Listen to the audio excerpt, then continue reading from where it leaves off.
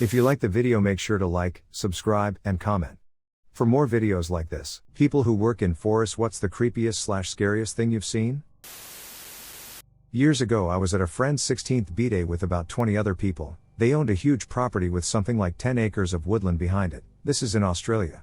In the middle of the night we decided it would be fun to play murder in the dark in the woods. Me and my mate grabbed a ladder thinking we would climb a tree and pull it up behind us and no one would ever find us. So we're stomping through the bush lugging this ladder with us while we can hear the person who was counting to 100. All of a sudden everything goes quiet around us, insects stop, no wind, etc. Even the counting sounded muted, and we start hearing this rhythmic thumping sound, something like a galloping horse coming from somewhere in front of us. As we're sitting there puzzled at the sound, it starts to get louder and closer and we both swear we started to see a light coming through the trees in front of us. At that point we ditched the ladder and bolted back the way we came. When we got out of the woods we told everyone what we saw, heard, and my mate's dad told us to go get his ladder back, so off we went, all 20 of us, into the woods with torches retracing our steps. We found the ladder. It was perfectly set up, just sitting in a small clearing and soaking wet. To this day we still can't explain it and haven't tried to go out into the woods at night again. A friend and I made the mistake of driving to the nearest town to watch the Blair Witch Project, only to return to our campsite scared out of our minds. 18-year-old tough guys, slept in the truck with all the windows covered. My friend snuck out at night and built the damn sticks from the movie and put them on the windshield and then scared himself because he heard a noise. He woke me up with his scream. We drove 100 miles home freaked out and left all of our camping gear there. The whole panic in the woods phenomenon is pretty scary in itself. I don't work in forests, but there is some land that has been in my family for generations. It's in the middle of nowhere, is super rocky, and is pretty much just solid woods. Not useful for stuff like building a house out there, or starting a farm, or anything. One family member lives in a trailer out there, but we mostly just use it for hunting purposes. But since it has been in my family forever, everyone is super familiar with it and is pretty comfortable out there. My dad hunts out there all the time, without anything creepy happening. But one time he said he was in his tree stand out there, and suddenly felt like something was watching him. He didn't know what it was, but he did not like it. He did not even bother to gather his things before he fled the deer stand, because he was so freaked out. He just grabbed his rifle and ran back to his truck. He moved his deer stand and no longer hunts in that portion of the woods. It was just weird because those woods are like a second home to my dad, and he's never scared out there. So I was camping with my church youth group one year and we were camping on one of the group's leaders' property that was right in the edge of a forest. Anyways, a group of us decided to mess with one of the older kids, he was 17 then, by jump scaring him with one of those serial killer hockey masks. It was very juvenile, I know. So one of us goes to see if he's in his tent. They walk up and yell, "Hey, are you in there?" And we hear a response of "Go away," in his voice.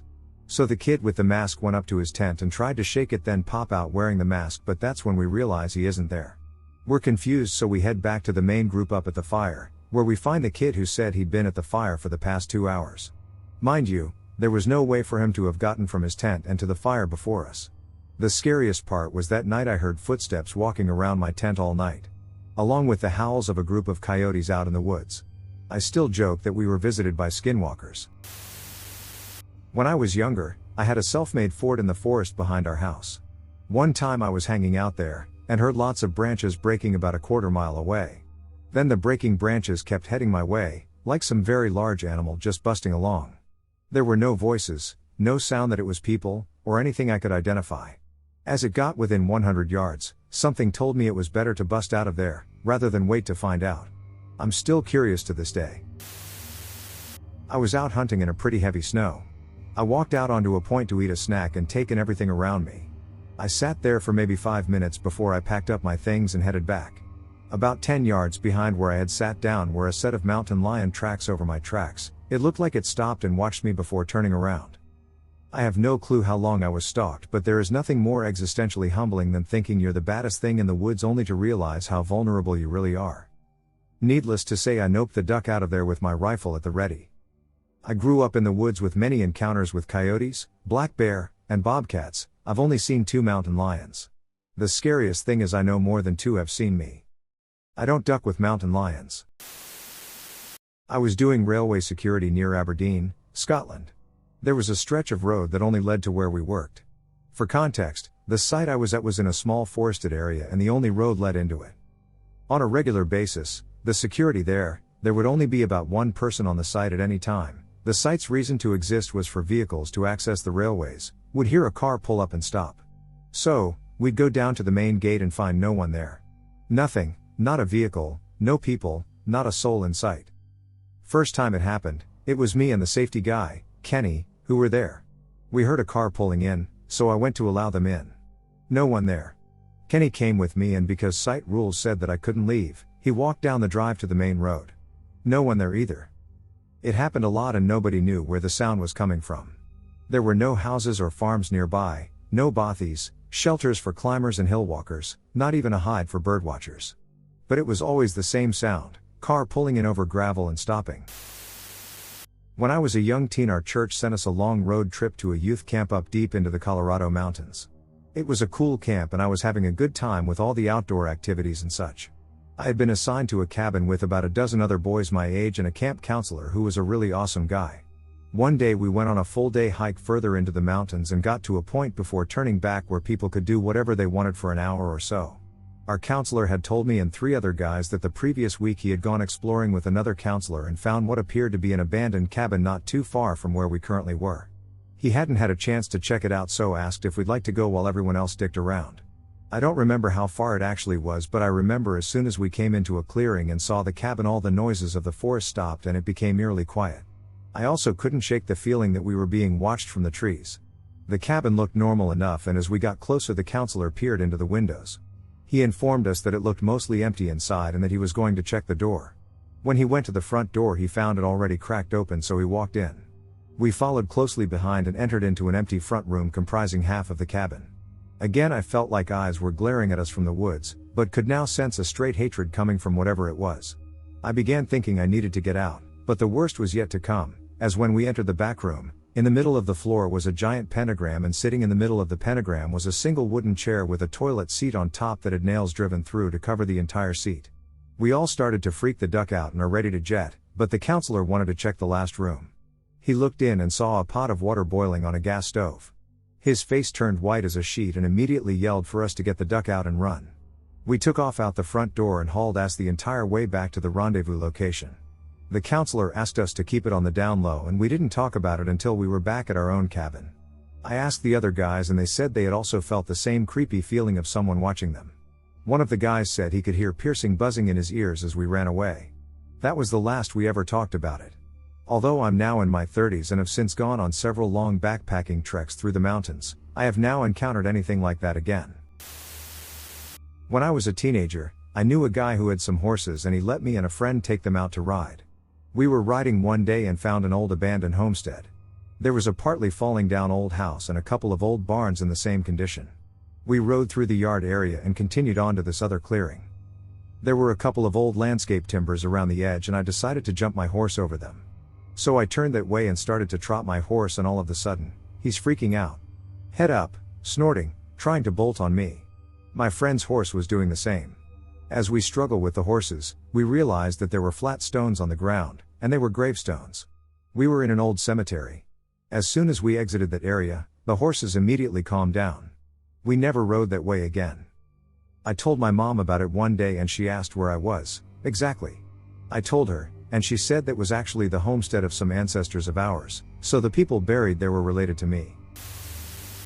It's more what I heard. I was living/working at an environmental education center near Nauvoo, Alabama. I had never lived in coal mining country before, so I was and remain unfamiliar with much of the industrial process. This was near Sipsey Wilderness area, so deep in the country that packs of feral dogs roamed uninhibited, attacking joggers and I think even killing a woman a couple years back. The point is, it's about a 10-minute drive between each property line, with lots of leveled BLM forest. One night, the other staff and I were drinking around the fire, enjoying the summer night, when I slowly became aware of a rumbling in my bones. It was coming up from the ground through my camp chair. I got down and felt the dirt. It was like a distant earthquake. Then, this distant roaring sound began to build. I cannot begin to describe how loud it was. It had to be at least 10 miles away due to the sizable property we lived and worked on, but it still felt too loud. It sounded like a dragon bellowing, or the mountain itself was screaming. There were multiple high pitches mixed into the din that sounded like demonic voices, and it just kept going. The air began to stink faintly of sulfur. I put my hands over my ears and ran inside. The mountain must have roared for a full 10 or 15 minutes, making it impossible to have conversation indoors or out, terrifying every animal on the property and sending them into a blind panic. I even suspect we were being treated to some infrasound too, because I broke out in a cold sweat and felt goosebumps and a deep sense of dread the whole time too.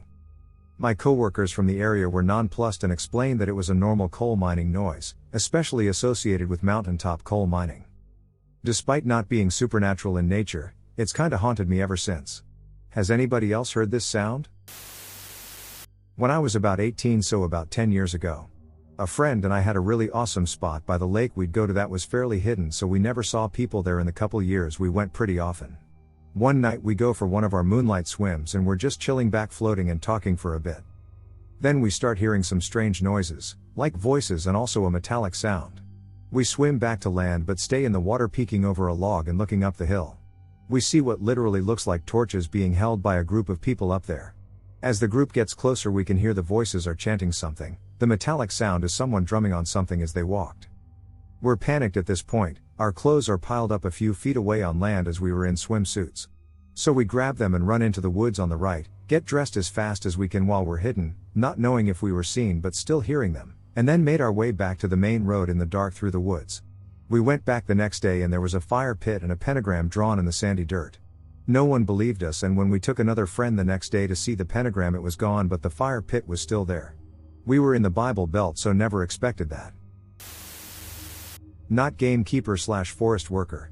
However, frequent early morning dog walker in forests in the southeast of England.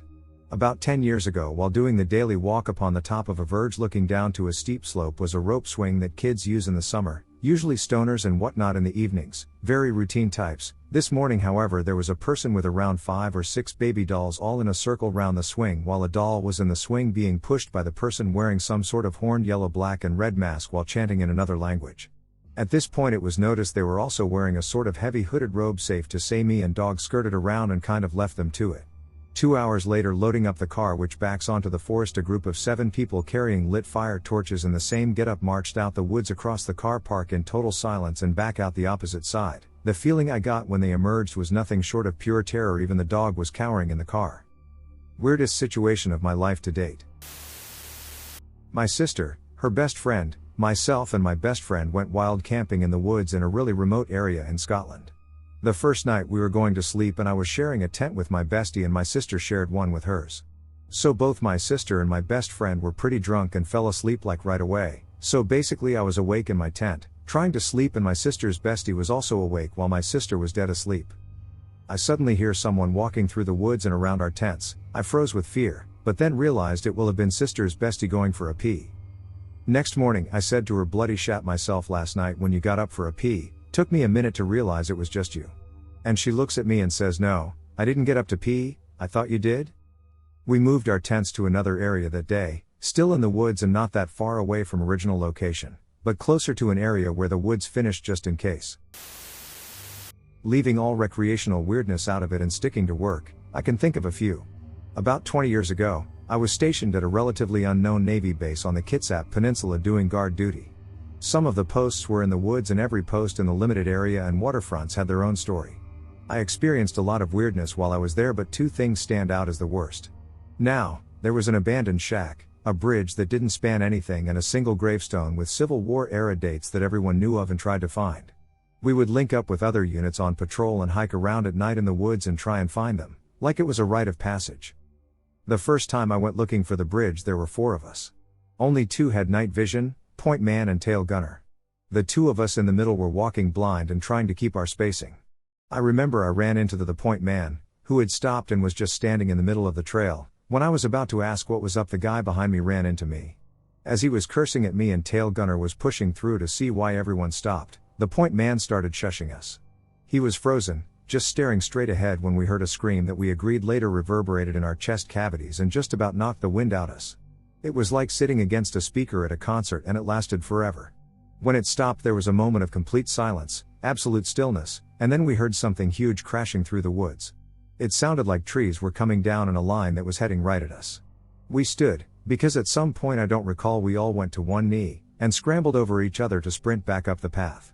We were only about a mile in, but it seemed like hours before we hit the Humvee and the crashing stopped. When we got back to the guard house we agreed not to bring it up to anyone, but we did eventually find all the landmarks, to include a large animal cage that looked like it was about 100 years old. We never got the point man to tell us why he stopped in the trail though. Next one was at a different part of the base, down by the waterfront. There were some docks that were controlled access with little guard shacks at the gates. I was on mobile patrols that night and my partner was driving. We were at one of the guard shacks facing up the hill away from the water just talking with the gate guards when we hit a lull in conversation. We were just standing around and my partner says, "What the hell is that?" Pointing at the tree line. At the top of the hill. We all look and there is a light just below the tips of the trees. It raises up and we can see two larger white lights at the front back and two small red ones at the sides in the shape of a diamond. It dips below the trees and we just sit there in silence for a moment before the gate guard asks if we're going to check it out. So we go speeding up to where we think the tree line is that we saw this and we run into a team from another branch that was assigned to the base, but was dispatched by the radar station that monitors airspace overhead. We initially challenged each other to find out what the other was doing, and when we realized we were looking for the same thing we linked up and helped each other comb the area. We never did find anything, but our reports for the night were taken by some plainclothes types the next day and removed from the log books. Really weird stuff.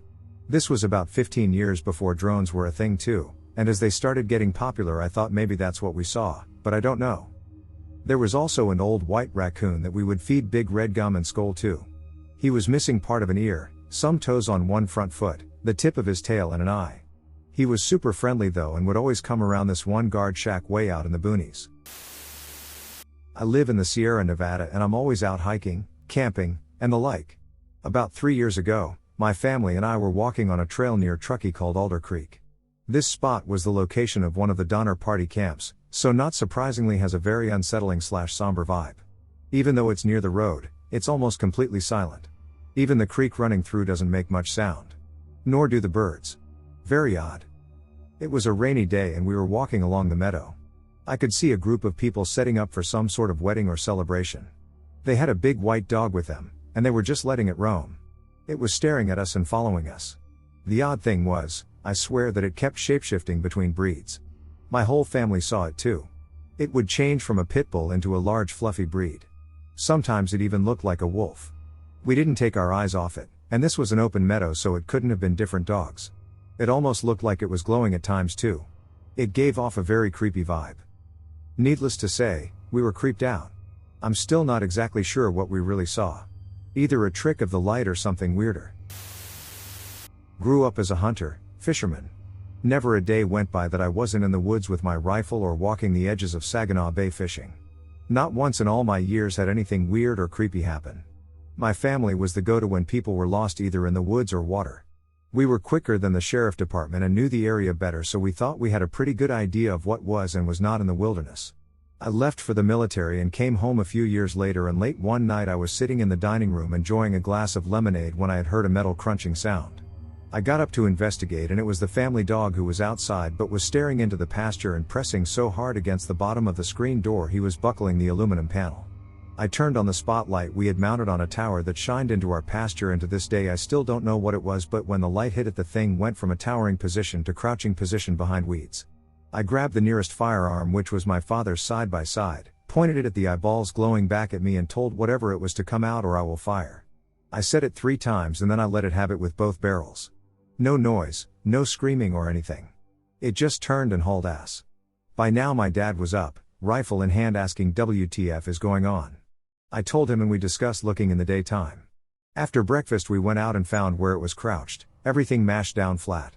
No blood, no hair, nothing but mashed down vegetation. So we followed the tracks to the state land and kept going until we ran into Ed, the only DNR officer for our area. Told him what happened and he said we were the 5th people in a week who had the same experience. He was following tracks as well, which gave credence to what I witnessed. His tracks were from a farm 4 miles south of us. To this day it was never found, whatever it was. My unit was conducting field exercises in Ocala National Forest. We came across a bonefish altar, old melted candles and whatnot. One of the guys stumbled over a rock. It was a very old grave marker. We found more. It was a child cemetery. Upon closer inspection, there appeared to be blood on the altar, dried. It had a pentagram. A few years later, found out it was the site of one of those reform schools from about 100 years ago, and had been shut down due to all the abuse. Went on a date with a really hot goth chick, turned out to be a witch. She claimed that whole area was sacred to them, claimed it's a real bad area to go camping and that it's believed to be easier to pass through from hell there. Anyway, I never went back. Back when I was younger, I did some survey work for a logging company in Alaska. As I was fit and liked to hike, they sent me in first to check out the terrain and figure out the best ways into the area they wanted to harvest. I always traveled light. Just a backpack with a US Army mess kit, some MREs, a few spare clothes, a fire kit, a bivouac sack, an axe, a knife, some bear spray and my late granddad's revolver. I also used to cut me a nice thick hiking stick. With all that gear packed, I set out on foot. The first night was largely very quiet and I got a good night's sleep. Only one time I woke up to what I thought was the wind rustling through the trees, and I didn't think much of it. The next day I arrived at the designated logging area and started to do my work. Around noon, I started to get that eerie feeling of being watched. I had had this feeling before, but I always blamed my imagination for it. Well, it grew more and more over the day. Right when I was about to set up camp for the night, I heard some rustling in the brush again and caught a glimpse of something big huddling out of sight. Needless to say, I skipped setting up the camp and booked it out of there. I walked about 10 miles until I was too tired to move on. The feeling of being watched had stopped and I deemed it safe to set up my camp.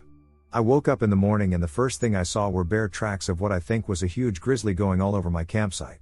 I have never broke up the camp this fast again. I made sure my revolver was loaded and within arm's reach at all times and kept my bear spray at the ready on the way back, but nothing happened anymore. I told the logging company about my encounter and they said they will take the necessary precautions. A few months later, when the logging operation was in full swing, a worker was attacked and killed by what was later described as a huge male grizzly bear.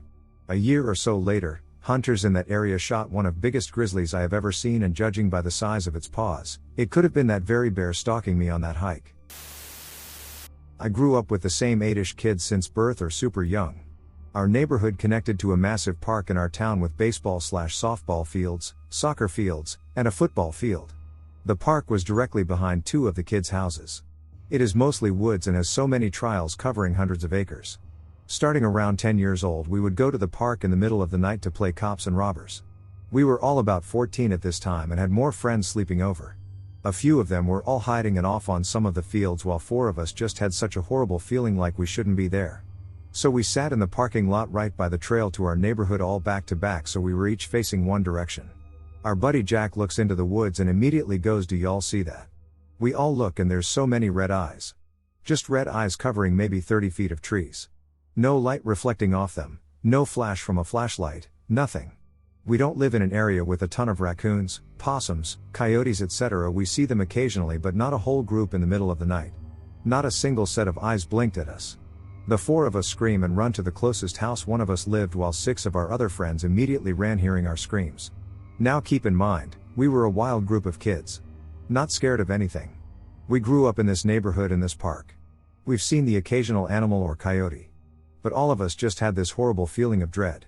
Later that night, we found out a good friend in school we grew up with was diagnosed with cancer just a few hours before. And as soon as we got home, we heard about it. I'd give it's connected, but something out there scared us all so bad we sprinted to one house and were in tears. I wasn't camping, but I was hanging out with my stepdad's family, who is surprisingly wealthy. They had a cabin out in Flagstaff nearby some woods. I was uncomfortable hanging around, so I went out in the woods to collect myself. Well, I'm going to be real honest, I've always been a city slicker and I did not realize how dark it would get once the sun sets, and I ended up in the darkest of dark within the forest, and I heard scurrying around me as I tried to backtrack up to the nearest street. I had no sight of light, and I got real scared while I tried to backtrack, and I swear to God I heard things following me as I try to make it back to the local street. If you don't know what Flagstaff is, it's like it's up in the mountains in Arizona and a fully forested area that is above the desert. I was not prepared for how dark it became in that forest. I feel like I'm kind of lucky for getting back safely, cause like I said, I heard things following me through the leaves behind me in the forest. Of course, when I got back no one believed me when I said I thought there was something in the woods following me. I worked in national parks and also did some volunteer search and rescue. I guess I can talk about 2 of the worst things I ever saw in forestry. The latter one is scary, but also deeply tragic. Spooky, I was on a multi-day off-road camping trip by myself in the wilderness. So technically I was not working. I had found myself enjoying a night in the woods, slightly tipsy on wine. I settled in for the night in my SUV and awoke to yelling far in the distance. It wasn't screaming, but nor was it singing. Something closer to chanting. Went to sleep nervous and with my army knife close. Woke up to someone knocking on my vehicle's glass. It was clearly human because they did the triple knock that all people do. As I came out of my covers to observe, I saw a person looking in the dark. I screamed something guttural and they ran. I couldn't believe it. I was hours and hours from the nearest town, and if someone driving over the night I would have heard the vehicle in the stillness. I was dumbfounded. I turned on my truck and stayed vigilant for a while. Nothing happened. Next morning I went and found a new spot to park and set up camp. The second is sadly something that is very explainable but very sad to see. One blizzardy night we hear that they are on the search for a woman who had disappeared from a group that was staying in a cluster of scenic cabins nearby. Not in the park, but very close to the border of it. But certainly a remote place. It took us about 2 hours to get to the cabins and talk to the people there. It was well under -17°C, around 0 in F, and with feet of snow. Turns out the people staying in the cabin were on psychedelics, and at some point the young woman got spoiled while under the influence of drugs and had run off outside. In regular clothes and sneakers. My partner in the search unit picked a search patterns and started looking for footprints. We found some, but then they broke off and we lost the trail. After exactly 3 hours and 41 minutes we found her clothes. And around soon after we found her. She was naked in her entirety. Including her shoes. She was barefoot. We found her sitting against a tree and we rushed over. It was clear at this point she was dead. In this time local police were already on the scene, and after taking our statements they left. It was a tough few nights after. Nightmares too. Was hiking down off a mesa alone at night and kept getting the feeling that I was being watched. I had a headlamp that I was using in red mode because it was nearly out of batteries, and also to preserve my night vision, but mainly because it was almost out of batteries. Anyway, I get the feeling that I'm being watched for like the third or fourth time, and I'm just like, duck this, what is this? So I turn around and turn the headlamp to spot mode, full bright white light. I see a shape/shadow quickly move behind some bushes like 25 yards behind me. Real low, real fast, real smooth. I stood there for maybe a minute weighing my options and decided I pretty much had none and just had to keep hiking. I started making more noise and tried to look bigger, like by spreading my arms with my rain jacket. I also found a good sized stick. The worst part was I had to go back to red light mode as I knew I didn't have enough battery life to make it back with the white light mode. I'd turn around occasionally and use the spot mode, and I saw green reflected eyes several times when doing so, always about 25 yards off and always low to the ground. Seemed about the size of a deer, but deer don't hang out that low to the ground. Well, or follow you for miles. I turned around and saw these eyes probably about 10 times. I called my friend after I kept seeing the eyes and hiked the rest of the way down talking to him. Basically said if I don't get back in about an hour, here's where you can find my body lol. It was about a 5-mile hike and my light was flickering and dying towards the end. It died after I got off the mesa and I hiked the last few miles through fields without a light. Luckily it was a clear night. The stalking stopped once I left the mesa, at least I think. And that's the story of when I was stalked by a mountain lion all the way off his mesa. I think I was in his hunting territory and it had only just gotten dark. Pretty sure he was curious more than malicious, but man, yeah, it's pretty creepy knowing that you're being followed and watched by a mountain lion. I grew up off-grid on a mountainside with no neighbors for at least a mile. I know that, because our driveway was almost exactly a mile long, and no one shared it.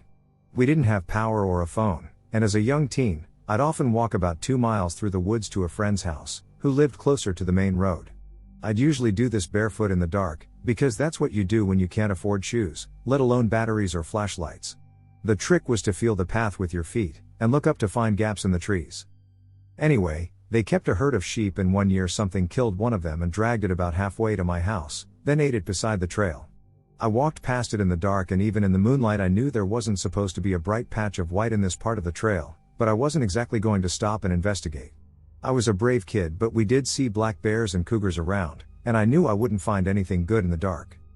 Anyway, I started taking another trail to my friend's house, but in retrospect, that probably wasn't any safer. For what it's worth, Oregon only has one fatal cougar attack on record, ever, and I don't think I was ever in serious danger, but it was still pretty creepy. This one happened just recently. I don't work in forests but do a lot of hiking and trails with my fiancée. Took a trail we hadn't done before and walked miles and miles. It was supposed to be a loop, but once we were almost to the end, a bridge we were supposed to cross was completely dry rotted and taped off. So we had to go all the way back, no biggie but a bit troubling since I'd injured myself tripping on a root shortly before. So we turn around and are walking back, and by the time we get to the straight stretch my foot is twice the size it should be and I'm in intensive pain walking on it, so we're having to go really slow at this point. At the end of the straight stretch there are several dark posts sticking up by the parking lot, so I hyper-focused on those from a distance. For about an hour and a half I'm just staring the dark blobs down, willing myself to make it back. Pausing for the 100th time to get my breath, I'm still looking at the dark blobs, when they move. Turns out it was 3 people on bikes. Thing is, they had not moved in all that time. I know this BC, they were beside a weirdly shaped tree that stood out. And mind you, I'd had eyes locked on them for an hour and a half. And they just sat there motionless on their bikes. Not only did it really creep me out, once they moved I also realized the actual posts were still very far down, so that sucked. By the time we made it to our vehicle the sky was pitch black, and I was terrified. Grew up in rural North Florida near a massive state forest. When I was a kid I'd tell my mom I was waking to a friend's house, but I'd really go exploring deep in the pines and scrub oaks. At one point about 4 miles in the woods I came across a barbed wire fence. I thought, strange, maybe there's an abandoned farm or homestead I can investigate, so carefully crawled under it. On the other side I found a large pot farm. This was in the early 90s when growing pot was an even bigger no-no than now. Anyway, then I heard ATVs and saw 3 grown men riding through the fields with large rifles on their backs. They weren't hunting rifles like my dad had, but more serious military-looking types. I was an alone 12-year-old girl, so I knew it might be extra bad if they found me. I remember dropping to the ground as quickly as possible into the plants and curling onto the front of the bright pink part of my vest, just praying I couldn't be seen. They drove their ATVs very close to where I was laying, so close I could hear them speaking to one another in a foreign language. As soon as they left I ran as fast as I could out of there. A couple other Floridians in here have mentioned this forest. It's the Ocala National Forest. That place ain't right. Tweakers, pot farmers, and the biggest ducking black bears and gators you'll ever see are in that death trap. Hell, a couple of years ago in that same forest, I encountered what had to be at least a 6-foot diamondback rattlesnake coiled right in the middle of the trail I was walking and needed to get back down. He wouldn't let me pass and there was swamp on either side of the trail I didn't want to go in. After at least an hour standoff I threw my jacket on top of him and ran like duck past him. It was only scary after the fact since I didn't know what was going on at the time. Took some city slicker friend's car camping in the Santaran Desert. My so and I had grown up camping, and thought to talk them through all of the things they would need and the dangers they might encounter. Snakes and the chilly night temps were our biggest concerns. Come to find out that our guests had bigger concerns. They were convinced that they were in mortal peril from mountain lions, unlikely that deep into the desert, or that coyotes would wander through the campground and rob them. So they brought a gun. And then every sound that night they assumed their life was about to brutally end. They would get their gun and watch for the inevitable danger to appear. That danger was the rest of their campmates monitoring the fire, watching the meteor shower, or getting up to use a bush. Come the morning they regaled us of their successful guard duty. You know what's super dangerous? A half-asleep paranoid person wielding a loaded gun at every small shadow on a moonless night, ready to take out the lurking dangers, us, in an area at least an hour away from someplace that could treat a bullet wound. I was pissed. Was camping at a campsite with my family in a trailer deep in the mountains, at a popular spot far away from civilization. I was hormonal teenager and did not want to hike. My family left and I stayed back to rest. After about an hour or so of napping my mom threw open the trailer door. She started frantically looking in one of the cabinets, so I asked, "What are you doing?" She responded, "First aid kit." Grabbed it and ran out. My mom's a nurse. I later learned that a greater than 10-year-old child at the campsite beside ours had been given a hatchet and tasked with chopping wood for the fire. He swung the hatchet down, missed the wood, and lodged it in his leg. He bled a lot. They called for anyone with medical training to help and my mom rushed to respond. She helped to load him in a truck as best as she could, trying to keep the leg elevated in an attempt to buy his parents time to drive him back to society. Never found out what happened.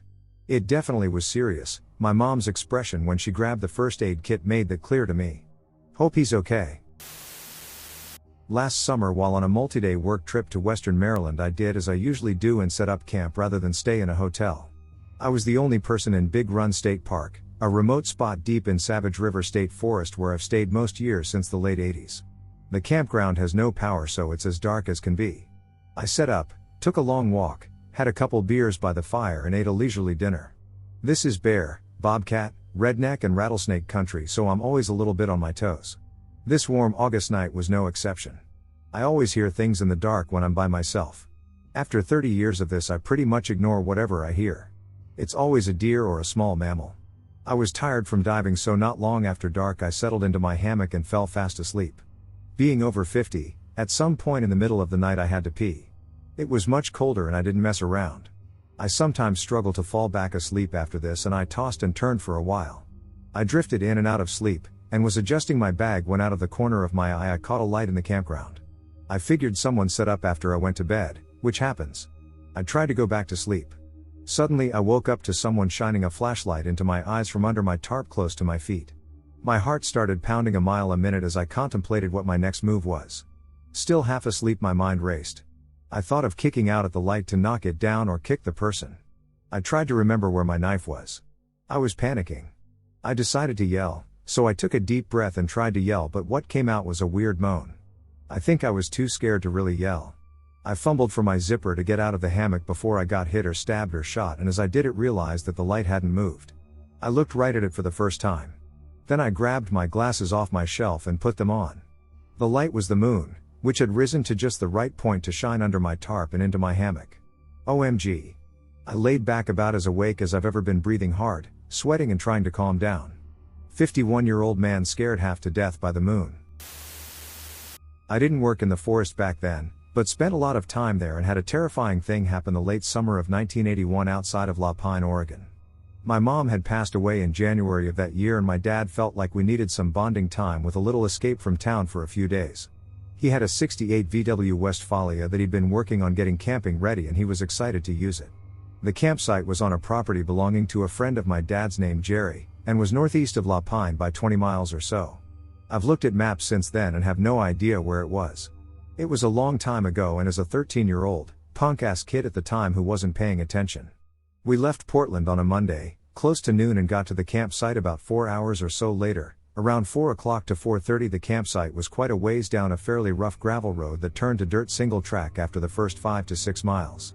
My dad remarked that he didn't think anyone had been there in quite a while, based on his friend Jerry's statements and the amount of overgrowth on and around the road. We got to the site and set up camp, which was in a small clearing at the end of the road. Camp was simply parking the van, pulling out the awning, old school with poles and ropes, unloading the cooler, making a fire pit and setting up chairs. As a typical 13-year-old, I wouldn't even consider sleeping in the van with my dad, so I pitched a small tent near the passenger rear of the van and tossed in my stuff for the night. After setting up camp, we hiked around a little and checked out the area. There was a small creek that was getting close to dried up, and while it wasn't heavily forested, it had the typical eastern Oregon high desert type of scrub vegetation with a few stands of small trees. My dad was a retired Multnomah County sheriff turned full-time musician, and he liked his cocktails, so by the time we'd finished dinner and were sitting around the fire, it was probably 8:30 to 9 o'clock or so, and he was on martini number 4, possibly 5. We heard coyotes yipping in the distance, and Dad thought he'd get them going with a few calls of his own. He did a couple stereotypical coyote calls and they replied. He did a couple more, they replied, and then got silent. Everything got silent, except my dad. He called again, and the reply this time was most definitely not a coyote. It was a roar scream shriek from the southeast of us that must have easily lasted 10 to 15 seconds. Dad looked at me and literally said, "What the duck was that?" I was shook, but young and curious. He coyote howled again, and we heard another scream, this time a little closer and a little more to the east of us. At this point Dad retrieved his pistol, loaded up, and suggested we think about turning in for the night. That's when we heard the third scream of the night. It was very close, probably within 50 to 75 feet, and we felt it as much as heard it. It was from the opposite direction, more north/northeast than the first two screams, and was very loud. Dad lost his crap, threw the cooler in the van, ripped the awning loose, and we got out of there as fast as that poor little VW would carry us, leaving everything else behind. We were dead silent until we stopped for fuel in Oak Ridge. Chatter after that was sparse and strained at best. Once home, we talked a little about it and agreed we had no idea what it was, and that keeping our mouths shut was probably a good idea. Since that time I've grown up and had short career in music, doing production sound in both hard rock and country western. I have a good idea of how decibels work and what it takes to produce that level of sound pressure. In retrospect, it terrifies me what could have produced that volume of sound and how close it had to have been.